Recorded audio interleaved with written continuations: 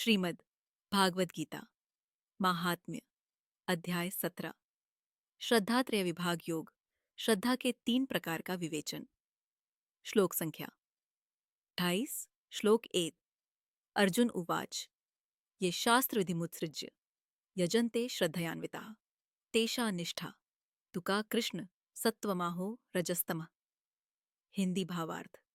अर्जुन बोले, हे कृष्ण, जो लोग शास्त्रों के नियमों को त्याग कर श्रद्धा से युक्त होकर पूजन करते हैं, उनकी श्रद्धा किस प्रकार की है, सात्विक, राजसिक या तामसिक।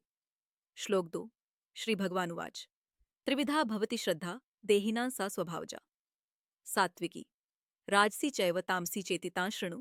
हिंदी भावार्थ। भगवान बोले, देहधारी प्राणियों की श्रद्धा जन्मजात स्वभाव से 3 प्रकार की होती है, सात्विक, राजसिक और तामसिक। अब तू मुझसे उसके विषय में सुन। श्लोक 3 सत्वानुरूपा सर्वस्य श्रद्धा भवति भारत श्रद्धामयोऽयं पुरुषो यो यच्छ्रद्धः स एव सः। हिंदी भावार्थ। हे भारत, प्रत्येक व्यक्ति की श्रद्धा उसके स्वभाव के अनुसार होती है। मनुष्य श्रद्धा से युक्त होता है, वह जैसा श्रद्धा वाला होता है वैसा ही बन जाता है। श्लोक 4 यजन्ते सात्विका देवान्यक्ष रक्षांसि राजसा प्रेतान् भूतगणांश्चान्ये यजन्ते तामसा जना। हिंदी भावार्थ। सात्विक लोग देवताओं की पूजा करते हैं, राजसिक लोग यक्षों और राक्षसों की, और तामसिक लोग प्रेतों और भूतगणों की पूजा करते हैं। अध्याय 17 का महात्म्य। श्रीमद् भगवद गीता के 17वें अध्याय को श्रद्धात्रय विभाग योग कहा जाता है।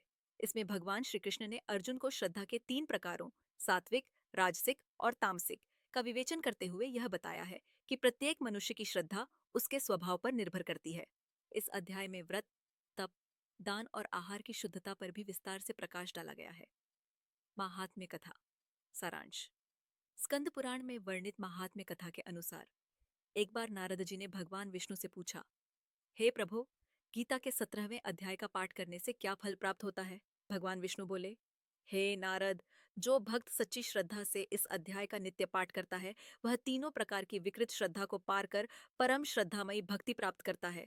विष्णु जी ने आगे बताया कि एक ब्राह्मण सत्यव्रत था जो किसी समय रजोगुण व तामसिक वृत्तियों से ग्रसित हो गया था। वह अपने कर्मों से भटक गया और पशु बलि आदि करने लगा। एक दिन किसी संत ने उसे गीता के 17वें अध्याय का पाठ करने की सलाह दी। सत्यव्रत ने नियमित रूप से श्रद्धा के साथ पाठ आरंभ किया। कुछ ही दिनों में उसकी बुद्धि शुद्ध हो गई। उसने पशु बलि त्याग दी, सात्विक जीवन जीने लगा और अंततः श्रीहरि के परम धाम को प्राप्त हुआ। पाठ करने के लाभ। 1 मनुष्य की श्रद्धा शुद्ध, सात्विक और ईश्वरमयी बनती है।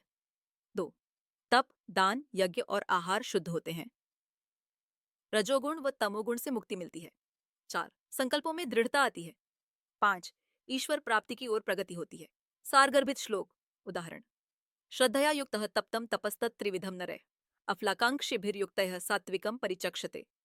श्रीमद्भगवद गीता 17:17 भावार्थ। जो तप बिना किसी फल की इच्छा के श्रद्धा के साथ किया जाता है उसे सात्विक तप कहा गया है।